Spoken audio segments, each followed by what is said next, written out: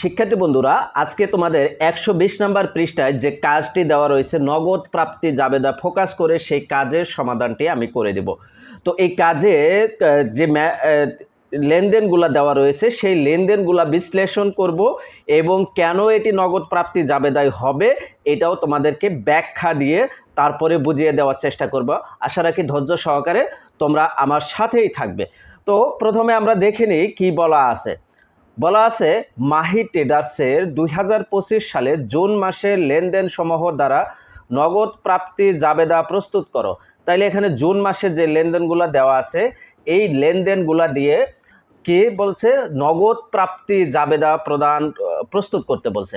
তাহলে নগদ প্রাপ্তি জাবেদা মানেই বুঝতে পারছো নগদে অথবা চেকে টাকা পাইলেই এখানে আসবে।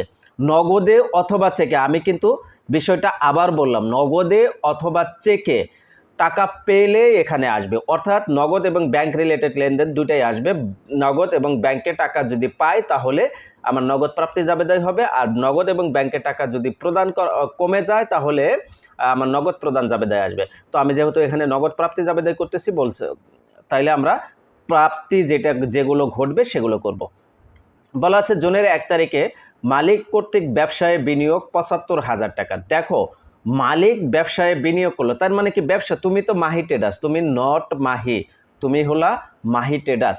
তাহলে মাহি ট্রেডার্স হিসেবে তুমি কিন্তু ৭৫,০০০ টাকা পেয়েছো, বা তুমি এটা জাবেদা করো না, মালিক কর্তৃক ব্যবসায় বিনিয়োগ করা হলো, তাইলে কি এটা জাবেদা কি, নগদান হিসাব ডেবিট আর মূলধন হিসাব ক্রেডিট।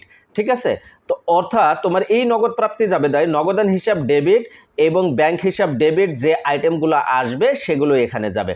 তাইলে এটা নগদের টাকা পাইছো, তাহলে নগদান হিসাব ডেবিট কলামে একটি বসাইতে হবে, আরেকটি মূলধন হিসাব ক্রেডিট নামে অন্যান্য হিসাব ক্রেডিট সেই কলামে বসাইতে হবে। তাইলে নগদ প্রাপ্তি জাবেদায় এইভাবে আমরা কলাম কেটে নেব বা নমুনা ছক যেটা বলো না কেন, তারিখ, ক্রেডিট হিসাব খাত, সূত্র, নগদান হিসাব ডেবিট, প্রদত্ত বার্তা ডেবিট, বিক্রয় হিসাব ক্রেডিট, প্রাপ্য হিসাব ক্রেডিট, অন্যান্য হিসাব ক্রেডিট, এইভাবে আমরা কলাম কেটে নেব। ঠিক আছে, তাইলে ২০২৫ জুনের ১ তারিখে কি দেব, এখানে ক্রেডিট হিসাব খাতে নগদান হিসাব ডেবিট আর ক্রেডিট হিসাব খাতে এখানে বসাইতে হবে। প্রথম জাবেদাটা কি পাইছিলাম, মালিক বিনিয়োগ করেছে ৭৫,০০০ টাকা, তাহলে নগদান হিসাব ডেবিট, মূলধন হিসাব ক্রেডিট, তাহলে এখানে মূলধন হিসাব লিখবো।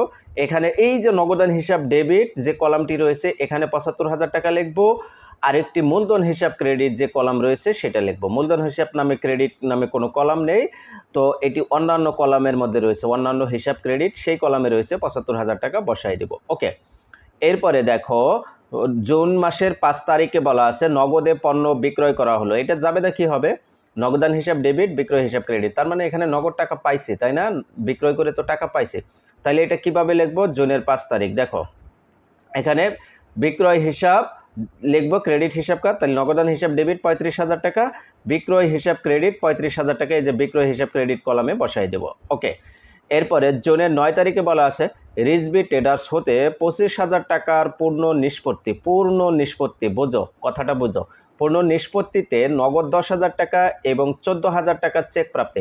তাহলে দুইটাই আমার নগদ প্রাপ্তি জাবেদায় যাবে। হ্যাঁ, চেক পাইলেও নগদ প্রাপ্তি জাবেদায় যায়, নগদ টাকা পাইলেও নগদ প্রাপ্তি জাবেদায় যায়, অর্থাৎ চেক আর নগদ টাকা অন কাইন্ড অফ একই কথা। ঠিক আছে, যদিও দুই অংশে যায়, বাট দুইটা তো একই জিনিস, তোমারই জিনিস, যখন তখন তুমি ইউজ করতে পারবা, এই জন্য এটাকে নগদ প্রাপ্তি জাবেদার সাথে তুলনা করা হয়। তাইলে ১০,০০০ টাকা আর ১৪,০০০ টাকা, মোট কত, ২৪,০০০ টাকা। এই ২৪,০০০ টাকা নগদান হিসাব ডেবিট কলামে যাবে, আর ১,০০০ টাকা এখানে যেহেতু পূর্ণ নিষ্পত্তি বলেছে, ২৫,০০০ টাকার মধ্যে ২৪,০০০ টাকা পেয়েছো আর বাকি ১,০০০ টাকা পাওয়া হয়নি, এই ১,০০০ টাকা আর পাবেও না, এটা পূর্ণ নিষ্পত্তি হয়ে গেছে, তার মানে এটি বাট্টার কলামে যাবে, ১,০০০ টাকা বাট্টার কলামে যাবে। তাইলে প্রদত্ত বাট্টা ডেবিট সেই কলামে ১,০০০ টাকা, নগদান হিসাব ডেবিট সেই কলামে এই যে ১০,০০০ আর ১৪,০০০ মোট যোগ করলে ২৪,০০০ হবে, আর প্রাপ্য হিসাব ক্রেডিট কলামে এই ২৫,০০০ টাকা যাবে। বুঝতে পেরেছো? তাইলে এটা কিভাবে পোস্টিং দিব, দেখো এখানে লিখবো রিজবি ট্রেডার্স হিসাব ৯ তারিখে, তাইলে নগদান হিসাব ডেবিট ২৪,০০০, কীভাবে ১০,০০০ আর ১৪,০০০ যোগ করব, আর বাটটা হলো ১,০০০ টাকা, কারণ ২৫,০০০ থেকে ২৪,০০০ বাদ দিলে ১,০০০ টাকা হয়, এই ১,০০০ টাকা ছাড় দিয়ে পণ্য নিষ্পত্তি করা হয়েছে। আর প্রাপ্য হিসাব ক্রেডিট ২৫,০০০ টাকা, এই যে নগদান আর বাট্টা এই দুইটা যোগ করে যেটি হবে সেটি ২৫,০০০ টাকা প্রাপ্য হিসাব। ওকে, এরপরে দেখো 15 তারিখ বলা আছে রাব্বি ট্রেডার্স নিকট হতে নগদে পণ্য বিক্রয় নিকটে রাব্বি ট্রেডার্সের নিকট নগদে পণ্য বিক্রয়, তার মানে কি নগদে বিক্রয় করেছে, এখানে কিন্তু বাকিতে নয়। যদি এই নগদ কথাটা উল্লেখ না থাকতো তাহলে কিন্তু বাকিতে হয়ে যেত, তখন কিন্তু নগদ প্রাপ্তি জাবেদায় আসতো না। তাইলে এখানে নগদ উল্লেখ আছে, তার মানে নগদ টাকা আমি পেয়েছি, নগদান হিসাব ডেবিট, বিক্রয় হিসাব ক্রেডিট, তাই না? তাহলে এটা 15 তারিখ বিক্রয় হিসাব এখানে লিখে দিব, নগদান হিসাব ডেবিট কলামে 45,000 টাকা, বিক্রয় হিসাব ক্রেডিট কলামে 45,000 টাকা বসাই দিব। ওকে, এরপরে বলা আছে 21 তারিখ ব্যবসায় প্রয়োজনে ঋণ গ্রহণ করা হলো। তাহলে ঋণ গ্রহণ করলে নগদ টাকা বৃদ্ধি পায়, নগদান হিসাব ডেবিট হবে, ঋণ হিসাব ক্রেডিট হবে। তাহলে এটা 21 তারিখে আমরা ঋণ হিসাব এখানে লিখবো, নগদান হিসাব ডেবিট 50,000 টাকা, ঋণ হিসাব ক্রেডিট, ঋণ হিসাব নামে কোনো কলাম নাই, তাহলে অন্যান্য হিসাব ক্রেডিট সেই কলামে বসাই দিব 50,000 টাকা। বুঝতে পেরেছো? এরপরে দেখো 25 তারিখ বলা আছে মুন্নি ব্রাদার্স হতে 20,000 টাকার নিষ্পত্তিতে 19,500 টাকা প্রাপ্তি, তাহলে নিষ্পত্তি করে ফেলছে। তাহলে 20,000 টাকা পাওয়ার কথা, সেখান থেকে 19,500 টাকা পাইছো, তাহলে নগদান হিসাব ডেবিটে করে 19,500 টাকা বসাবো। আর যেহেতু পূর্ণ নিষ্পত্তি হয়ে গেছে, 20,000 থেকে 19,000 বাদ দিলে কত টাকা থাকে? 500 টাকা থাকে। এই 500 টাকা বাট্টা ঘরে বসাইতে হবে। তাহলে কিভাবে বসাবো?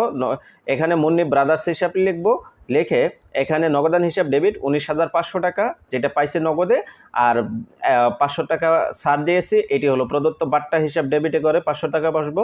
এবার 19,500 আর 500 যোগ করলে 20,000 টাকা হয়, প্রাপ্য হিসাব ক্রেডিটে করে 20,000 টাকা লাগবে, কারণ মুন্নি ব্রাদার্স ইনি একজন দেনাদার ছিল বা প্রাপ্য হিসাব ছিল, এই জন্য প্রাপ্য হিসাবে লিখেছি। এরপরে জুন মাসের 30 তারিখে দেখো ব্যাংক সুদ মঞ্জুর করলো, এইটাই অনেক জায়গায় অনেকে ভুল করো এখানে, আর এই যে চেক প্রাপ্তির এই জায়গায় অনেকে ভুল করতে, ব্যাংক সুদ মঞ্জুর করলো, অনেকে মনে করো এটা তো নগদ লেনদেন নয়, এটা এখানে আসবে না। তো ব্যাংক সুদ মঞ্জুর করছে মানে কি ব্যাংকে টাকা বাড়ছে, তো ব্যাংকে টাকা বাড়লেও নগদ প্রাপ্তি জাবেদায় আসে। বুঝতে পেরেছো? ব্যাংকে টাকা বাড়লেও নগদ প্রাপ্তি জাবেদায় আসে, তার মানে কি ব্যাংকে টাকা বৃদ্ধি পাইছে, ব্যাংক হিসাব ডেবিট, নগদান ব্যাংক সুদ হিসাব ক্রেডিট হওয়ার কথা, তাই না? তো ব্যাংক হিসাব ডেবিট আর নগদান হিসাব ডেবিট, এই দুইটাই নগদান হিসাব ডেবিট কলামে বসে। তার মানে কি এটা কিভাবে বসাবো? দেখো 30 তারিখে, জুনের 30 তারিখে ব্যাংক সুদ হিসাব, এটা তো ক্রেডিট, ক্রেডিট হিসাব খাতে বসাবো। এই যে ব্যাংক হিসাব ডেবিট, যে এটা নগদান হিসাব ডেবিট কলামে 2,000 টাকা বসাবো, আর ব্যাংক সুদ হিসাব নামে তো অন্য কোনো কলাম নাই, তাহলে অন্যান্য কলামে অন্যান্য হিসাব ক্রেডিট, সেই কলামে 2,000 টাকা বসায় দিব। ঠিক আছে? তো এইভাবে বসাই দিব, বসাই দিয়ে আমরা এখন আমাদের তো পোস্টিং দেওয়া শেষ হলে এখন আমরা কি করব? এই সবগুলো যোগ করব। যোগ ফল কিভাবে করব? দেখো এই যে 75,000 টাকা, 75,000 plus 35,000 plus 24,000 plus 45,000 plus 50,000 plus 19,500 plus 2,000, এই মোট কত হলো? 2,50,500, এটা এখানে লিখে দিব। ঠিক আছে? এরপরে আমরা কি করব? প্রদত্ত বাট্টা এটা যে টানবো কত? 1,000 আর 500 যোগ করলে 1,500 হয়, এইটাকে শুধু একটা আন্ডারলাইন দেব, এটা কিন্তু ডাবল আন্ডারলাইন দেব না, শুধু একটা আন্ডারলাইন দেব। এরপরে দেখো পরেরটা কি আছে? বিক্রয় হিসাব 35,000 আর 45,000 টাকা যোগ করব, 35,000 45,000 যোগ করলে 80,000, এই যে 80,000 লিখে এখানে ক্লোজ করে দিব। এর পরেরটা দেখো 25,000 আর 20,000 যোগ করব, কত? 25,000 প্লাস 20,000 যোগ করলে কত হয়? 45,000, এই 45,000 টাকা এখানে লিখব। এর পরের হিসাবটা দেখো কত আছে? 75,000 প্লাস 50,000 প্লাস 2,000, এই মোট হলো 1,27,000, এখানে 1,27,000 লিখব।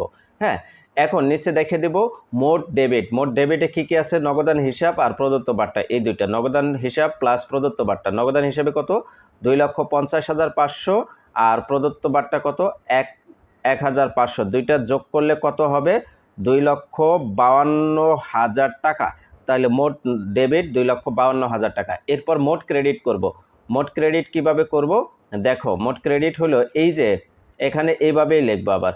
ঠিক আছে? মোট ক্রেডিট বিক্রয় হিসাব প্লাস প্রাপ্য হিসাব প্লাস অন্যান্য হিসাব, এখানে যে তিনটে কলাম রয়েছে এই তিনটি কলাম, এই তিনটি কলামের যোগফল আমি করে দিব। কত আছে? বিক্রয় হিসাব কত আছে?